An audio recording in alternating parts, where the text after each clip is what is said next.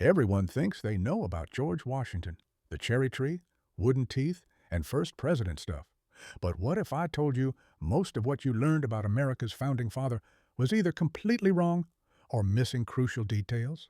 The man on your dollar bill has a story far more complex than what's taught in schools.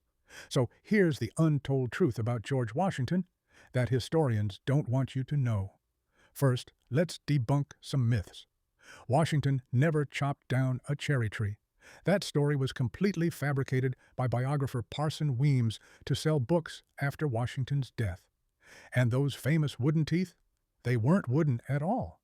Washington had dentures made from human teeth, some purchased from enslaved people, others from hippo ivory and metal.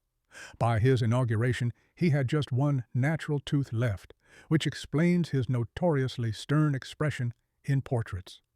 Speaking of slavery, this is where Washington's legacy gets complicated. While celebrated as a freedom fighter, Washington owned over 300 enslaved people at Mount Vernon.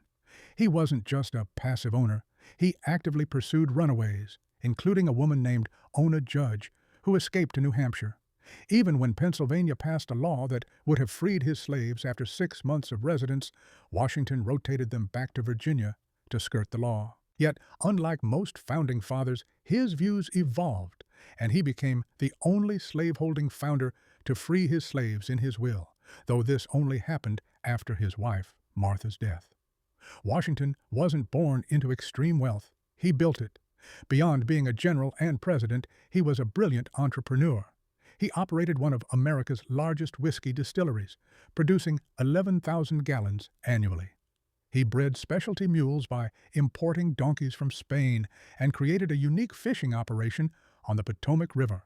His agricultural innovations made Mount Vernon a model of efficiency, experimenting with crop rotation and fertilization techniques that were revolutionary for the time.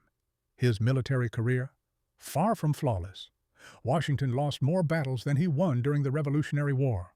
His true genius was in strategic retreats and keeping the Continental Army together, despite impossible odds. British commanders underestimated his resilience, not his tactical brilliance. Washington's greatest military strength was his sheer determination. He kept fighting when any reasonable person would have surrendered.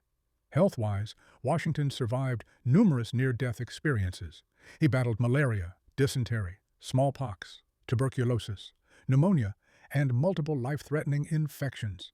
Each time, he recovered with remarkable resilience. Ironically, what finally killed him was likely medical malpractice. When he developed a throat infection in 1799, his doctors removed nearly half his blood through bloodletting, weakening him beyond recovery. Washington's personality wasn't the stoic marble figure we imagine. He loved to dance and would sometimes dance for 3 hours straight at balls. He was obsessed with his appearance, particularly his clothing and hair. Contrary to popular belief, that wasn't a wig. He powdered his own hair white, which was fashionable at the time. He had a volcanic temper that he worked tirelessly to control, occasionally failing spectacularly during military campaigns. As president, Washington established crucial precedents, including the 2-term limit he voluntarily imposed, which wasn't formalized until the 22nd Amendment in 1951. His farewell address, warning against partisan politics and foreign entanglements, seems eerily prophetic today. He rejected calls to make him king or president for life, establishing America's peaceful transfer of power. Perhaps most shocking, Washington wasn't particularly religious. While he attended church, he rarely took communion and used terms like providence rather than God in his writings. Historians debate whether he was a conventional Christian or more of a deist who believed in a non-intervening creator. The Revolutionary War almost bankrupted Washington. He refused a salary as commander, but paid his own expenses for 8 years. When Continental Congress couldn't afford to pay troops, Washington used personal funds to prevent mutiny.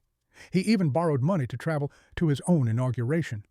The truth about George Washington isn't that he was perfect. It's that he was remarkably human. A man of contradictions who owned slaves while fighting for liberty, who lost battles but won a war, who established democracy by refusing power. The most revolutionary thing about Washington wasn't his victories, but his voluntary surrender of authority, something almost unprecedented in human history. So next time you see his face on that dollar bill, remember you're looking at a complex man whose greatest strength wasn't mythical virtue, but the very human struggle to overcome his flaws and rise to extraordinary circumstances.